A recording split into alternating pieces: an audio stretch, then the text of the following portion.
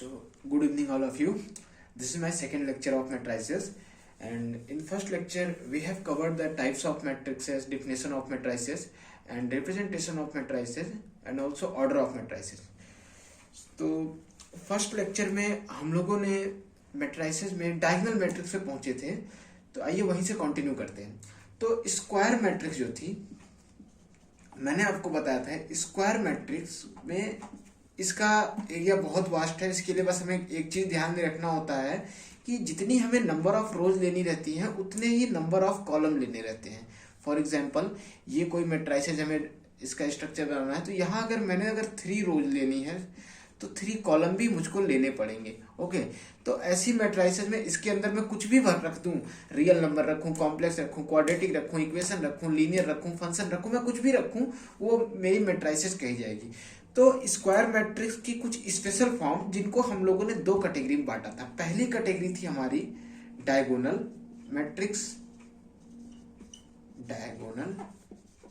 Matrix, and second part जो था triangular matrix.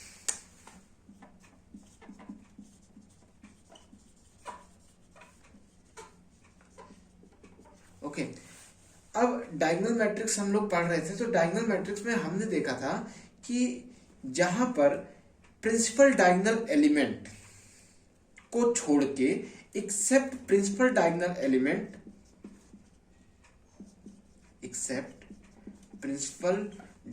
Element are non zero, और बाकी सब, या तो इसको सिंपल फॉर्म में देखते हैं, ज्यादा टिपिकल हो जाएगा। देखिए, कोई भी मैट्रिसेस, लेट सपोज हम ये मैट्रिसेस ड्रॉ करते हैं, इसको आप ऑर्डर ले लीजिए 4x4 का। तो 4x4 कहने का मतलब कि 4 रोज हमें दिखने वाली हैं और 4 कॉलम हमें दिखने हैं। ठीक है, तो एक यहाँ बैठेगा, एक यहाँ, और यहाँ पर, और फिर इसके नीचे ये 4। तो ये कुछ इस तरह से मैट्रिसेस हमको नजर आएंगी। अब सबके एलिमेंट को ए दे देते हैं सब। तो यहाँ पर प्रिंसिपल डायगोनल क्या होता है कि जिसमें ए आई जे दोनों, i इक्वल्स टू जे, दोनों बराबर हो, i और j की वैल्यू बराबर हो। देखिए, यहाँ पर 1 1 होगा, यहाँ पर 2 2 होगा, क्योंकि सेकेंड रो सेकेंड कॉलम, यहाँ पर 3 3 और यहाँ पर 4 4।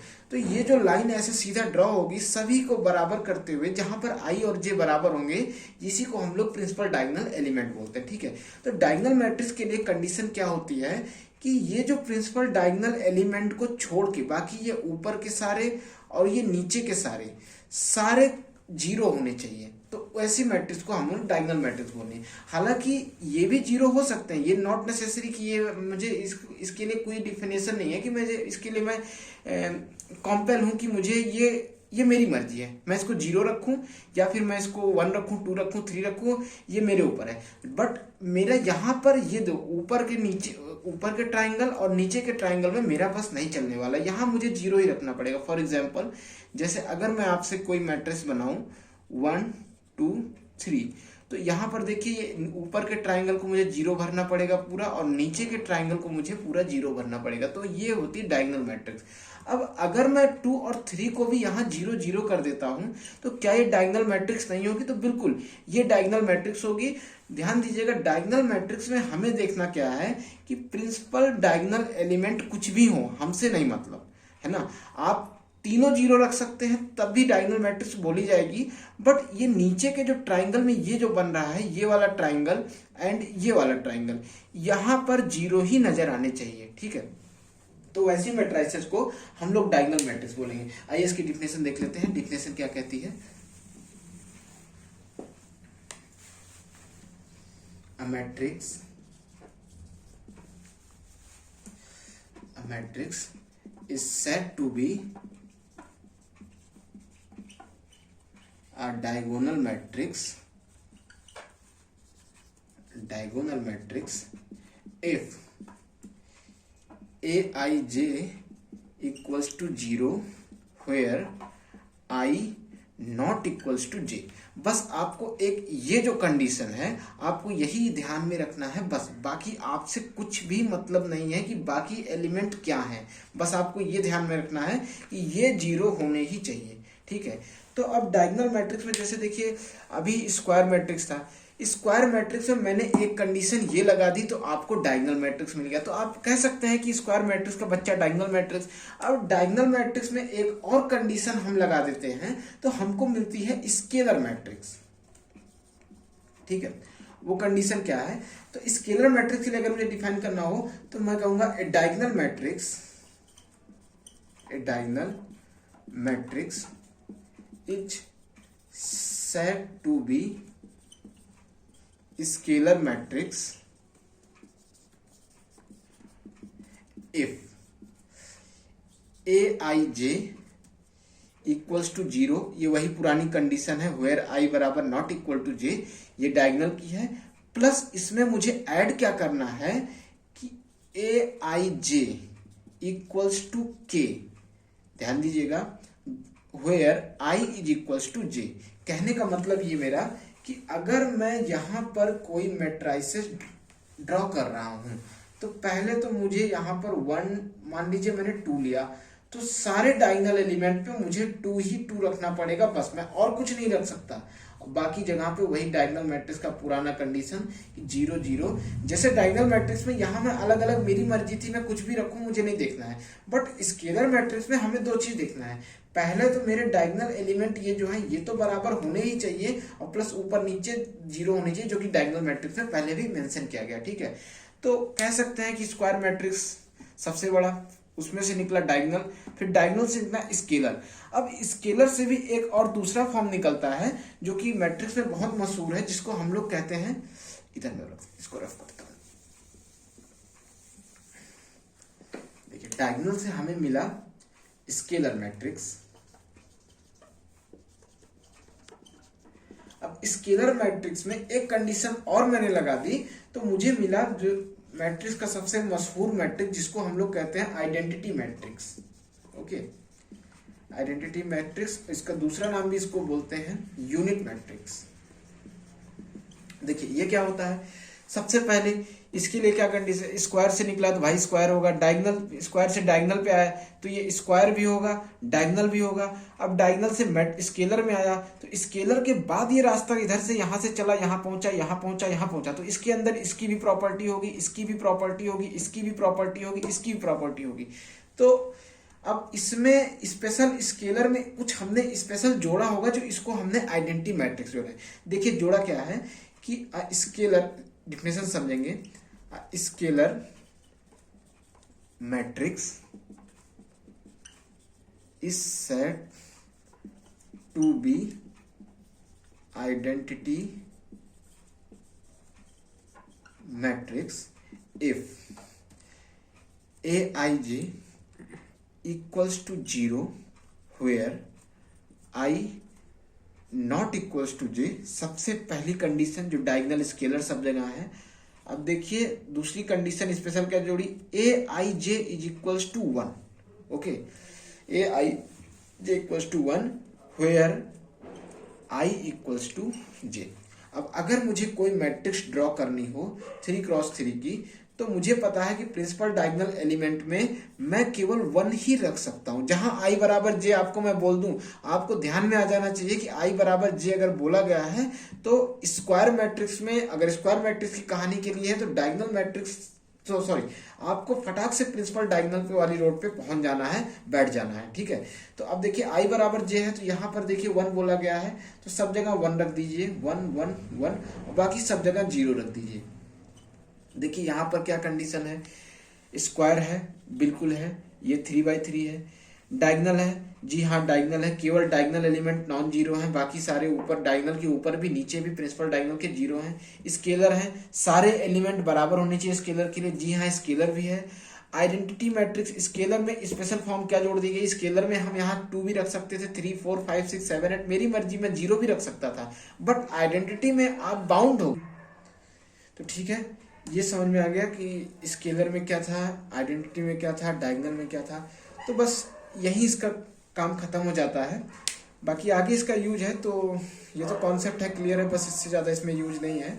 बाकी क्वेश्चंस को देखते रहेंगे तो फिर इसमें दिक्कत नहीं आने वाली। अब देखिए, सब कुछ छोड़ के आइए ट्रायंगुलर मैट्रिक्स में, ठीक है। इस ट्रायंगुलर मैट्रिक्स, अब ट्रायंगुलर मैट्रिक्स का सवाल है कि भाई ये भी स्क्वायर मैट्रिक्स की स्पेशल फॉर्म है, तो जाहिर सी बात है जितनी ट्रायंगुलर मैट्रिक्स होंगी वो भी स्क्वायर मैट्रिक्स ही होंगी। तो इसको हम लोगों ने दो पार्ट में बांटा है। पहला पार्ट है अपर ट्रायंगुलर,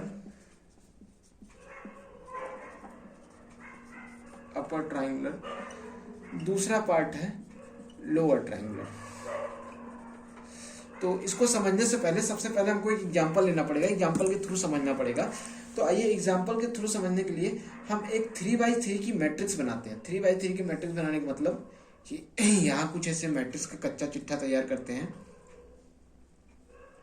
ओके, यहाँ देखिए 3x3 क्रॉस का बनाते हैं, तो 3 एक एलिमेंट यहाँ बैठेगा A, जिसका नाम होगा A11, यहाँ पर एक जाएगा जिसका नाम होगा A12, यहाँ एक बैठेगा A13, फिर यहाँ एक बैठेगा A21, यहाँ बैठेगा 22, A23, यहाँ बैठेगा A31, यहाँ बैठेगा A32, यहाँ बैठेगा A33।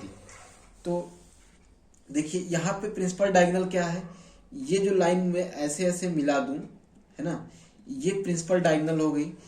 और यहाँ पर देखिए ये जो नीचे बन रहा है, ये तीनों एलिमेंट का ये जो ट्राइंगल बन रहा है, इसको हम लोग बोलते हैं लोअर ट्राइंगुलर, इसको हम लोग बोलते हैं अपर ट्राइंगुलर, ठीक है।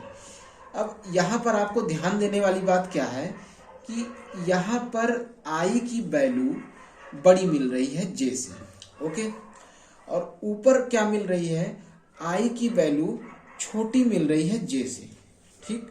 तो जब आई की वैल्यू जे से छोटी रहे, अगर मैं इस नीचे वाले मतलब ये नीचे वाले ट्राइंगल की मैं बात करूं, मैं नीचे वाले ट्राइंगल के जितने एलिमेंट हैं इनको मैं 0 0 0 दे दूं, ठीक है। ये जो नीचे वाले ट्राइंगल है इनमें सब जगह में 0 भर दूं, तब जो मैट्रिक्स हमको मिलने वाली है वो अपर ट्राइंगुलर एलिमेंट अपर ट्राइंगुलर मैट्रिक्स रहेगी। मीन्स नीचे के तीनों एलिमेंट 0 हमें रखने हैं, बाकी ऊपर तो मेरी मर्जी, मैं 0 सब कर दूं या फिर कुछ भी ना करूं, या 1 2 3 जो मेरी मर्जी। बस मुझे क्या देखना है कि ये नीचे के 3 जो एलिमेंट है, जो नीचे वाला ट्राइंगल बन रहा है, इसमें मुझे 0 भरना है, इसके अलावा मेरे पास और कोई चॉइस नहीं है। उसी तरह लोअर ट्राइंगुलर में क्या है कि मुझे ऊपर के सारे एलिमेंट जहां पर आई की वैल्यू छोटी होगी, जे की वैल्यू बड़ी होगी, वो जो ऊपर ट्राइंगल बने उसको अपर ट्राइंगल बोलेंगे। तो वहां पर हमें सारे एलिमेंट 0 रखने हैं। मीन्स ये ऊपर वाला जो ट्राइंगल है यहाँ पर हमें सारे एलिमेंट 0 रखने हैं, तो जो मैट्रिक्स बनेगी उसको हम लोग बोलेंगे लोअर ट्राइंगुलर मैट्रिक्स। ओके, तो चलिए इसकी डिफिनेशन देखते हैं। तो इसमें कहा जाएगा कि इसकी अगर डिफिनेशन है, a matrix is said to be upper triangular matrix if aij equals to 0 where I greater than j। बस ये कंडीशन आपको याद रखनी है। ऐसी कंडीशन में अगर कोई मैट्रिक्स फॉलो करता है तो वो अपर ट्राइंगुलर मैट्रिक्स होगा। जस्ट इसका अपोजिट कि matrix is said to B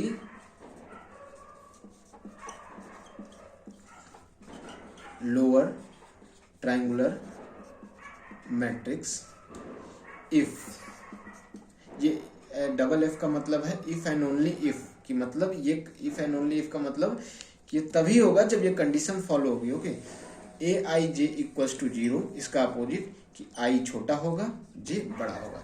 इसका एग्जांपल अगर मैं देखूं तो आपको कोई भी 2x2 की मैट्रिक्स निकालनी है तो आई छोटा कहाँ होगा, यहाँ पर होगा, तो इसको 0 भर देना है और बाकी इसको 1 2 3 में भर दूं, तो ये कुछ ऐसा एग्जाम मैट्रिक्स आपको दिखने वाली है। यहाँ पर अगर आप कहें तो पहले मुझे सबसे पहले ऊपर अगर 3x3 की है तो ऊपर वाला जो ट्राइंगल है यहाँ पर तीनों लोग को 0 दे देना है। बाकी नीचे में कुछ भी भर दूं, मेरा मन है 0 0 0 0 0 0 0 भर दूं, कोई दिक्कत नहीं है, तब भी ये ट्राइंगुलर मैट्रिक्स बोली जाएगी, लोअर ट्राइंगुलर। अब चूंकि यहाँ भी 0 है तो ऊपर भी 0 है, तो इसको एक दूसरा नाम, इसको कंफ्यूजन से बचने के लिए इसको हम लोग बोलते हैं स्ट्रिक्टली ट्राइंगुलर मैट्रिक्स।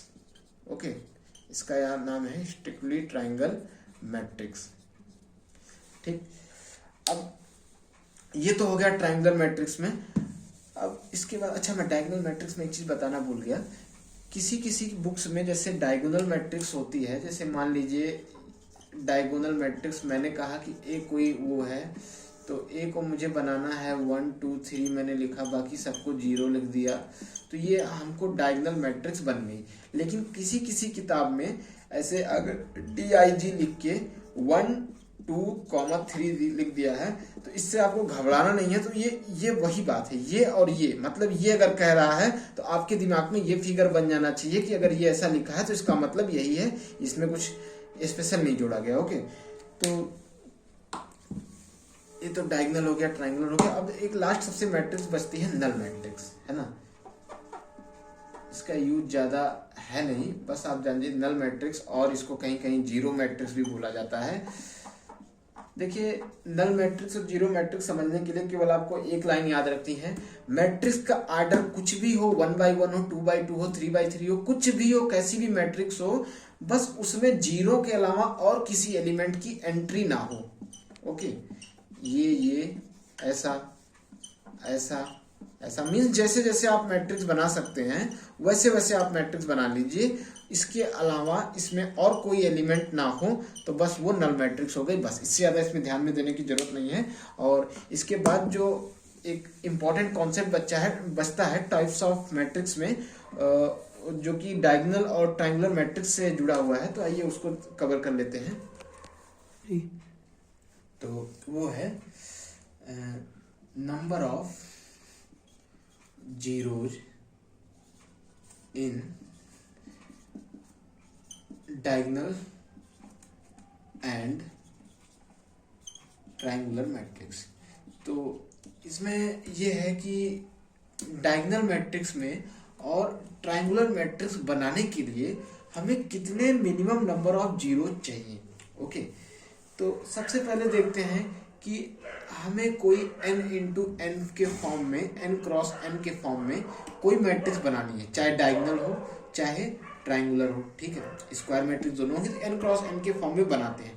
अच्छा, एक चीज मैं आपसे बताना चाहूंगा यहाँ पे कि जो प्रिंसिपल डायगोनल होता है, जैसे A11, A12, A12 नहीं होगा, A22, इसको बड़ा मैं कर लेता हूँ। देखिए, मान लीजिए हमें कोई मैट्रिक्स बनानी है n क्रॉस n की।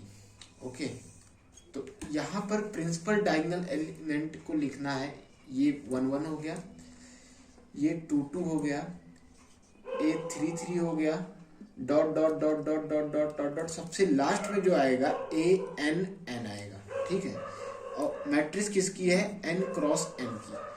अब मैंने आपको इसकी पहले वाले वीडियो में बताया था कि अगर टोटल नंबर ऑफ मैट्रिसेस हमें, मतलब किसी भी मैट्रिक्स में कितने नंबर ऑफ टोटल एलिमेंट है वो हमें जानना हो, तो हमें रो एंड कॉलम का सिंपली किनारे चुप्पे से मल्टीप्लाई कर देना है, तो हमें पता लग जाएगा।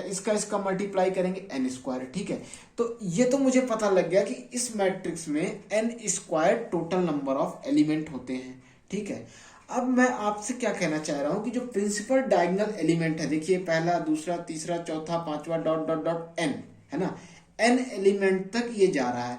तो कहने का मतलब ये है कि किसी भी प्रिंसिपल डायगोनल एलिमेंट में, किसी भी मैट्रिक्स के प्रिंसिपल डायगोनल एलिमेंट में उतने ही एलिमेंट होंगे जितने की उसमें नंबर ऑफ रो और नंबर ऑफ कॉलम है। क्योंकि number of row number of column बराबर है। ठीक है, तो चाहे आप रो के लिए बोल दीजिए चाहे कॉलम के लिए, तो सीधी सी बात है कि अगर n क्रॉस n की मैट्रिक्स है तो उसके प्रिंसिपल डायगोनल में भी n एलिमेंट होंगे। ठीक, बात समझ में आ रही। अब इसके बाद क्या है कि एक चीज और आप नोटिस कीजिएगा कि जो नीचे के ट्राइंगुलर होते हैं, मतलब नीचे का ये और ऊपर के ट्राइंगुलर में जितने एलिमेंट ऊपर होंगे उतने एलिमेंट नीचे भी होंगे, तो ये दोनों आप कह सकते हैं कॉन्ग्रुएंट है, जितने इसमें होंगे एलिमेंट उतने एलिमेंट इसमें होंगे। ठीक है, ये भी बात समझ में आ गई। अब आते हैं डायगोनल मैट्रिक्स के कंडीशन पे। डायगोनल मैट्रिक्स की कंडीशन क्या कहती है कि पहले तो स्क्वायर मैट्रिक्स होनी चाहिए, जो कि साफ साफ दिख रही है। दूसरी चीज केवल एक ही कंडीशन कहती है कि ऊपर के भी सारे एलिमेंट जीरो, नीचे के भी सारे एलिमेंट जीरो। ठीक है, ऊपर के भी ट्रायंगल के सारे, मतलब प्रिंसिपल डायगोनल के ऊपर भी जीरो, नीचे भी जीरो। ठीक, तो सीधी सी बात हमें समझ में आ रही है कि अगर ये एलिमेंट पूरे n स्क्वायर है, ठीक है, इसमें, और ये एलिमेंट n है, अगर n स्क्वायर में से मैं n सबट्रैक्ट कर देता हूं तो ये हमें ऊपर के नीचे के एलिमेंट मिल जाएंगे। ठीक है, तो बस मिनिमम नंबर ऑफ जीरो उतने ही होने चाहिए, बाकी मैक्सिमम तो ये n स्क्वायर आप लिख सकते हो। मैक्सिमम जितने एलिमेंट हो आप सारे को जीरो कर सकते हो, लेकिन मिनिमम कितने होने चाहिए कि जितने ऊपर हो नीचे हो। जो कंडीशन में है कि ये भी जीरो हो ये भी जीरो हो, तो दोनों को जीरो के लिए इन दोनों की वैल्यू आएगी n स्क्वायर माइनस n। इसको और खूबसूरत बना दीजिए n कॉमन n-1। ठीक है, तो ये क्या हो गया, minimum number of zeros in a diagonal matrix. अच्छा, उसी तरह ट्रायंगुलर मैट्रिक्स का कॉन्सेप्ट समझिए। ट्रायंगुलर मैट्रिक्स की कंडीशन में क्या था, अपर ट्रायंगुलर होगी, नीचे के ट्रायंगल में सब लोग को जीरो बैठे होंगे। लोअर ट्रायंगुलर होगी तो ऊपर के ट्रायंगुलर में जीरो सब जगह बैठा होगा। ठीक है, तो अगर दोनों इधर भी बराबर हैं इधर भी बराबर हैं और पूरे में n स्क्वायर इतने हैं, तो अगर मैं इसको 2 से डिवाइड कर दूं तो ये एक तरफ के पूरे एलिमेंट हमको मिल जाएंगे। और चाहिए मुझे क्या कि किसी एक तरफ के एलिमेंट को, जैसे हमने 2 से डिवाइड कर दिया तो मुझे क्या मिल गया कि एक तरफ के कितने एलिमेंट हैं। और ट्रायंगुलर मैट्रिक्स की कंडीशन क्या कहती है कि किसी एक तरफ के एलिमेंट जीरो होने चाहिए। तो सिंपल सी बात है कि अगर मैं इसको 2 से डिवाइड कर दूं तो हमें क्या मिल जाएगा कि इसको अलग लिख देते हैं, minimum number of zeros in a triangular matrix क्या होगा, सीधी सी डिफिनेशन n-1/2। ये हो जाएगा नंबर ऑफ जीरोज का पूरा कॉन्सेप्ट। तो ये हो गया नंबर ऑफ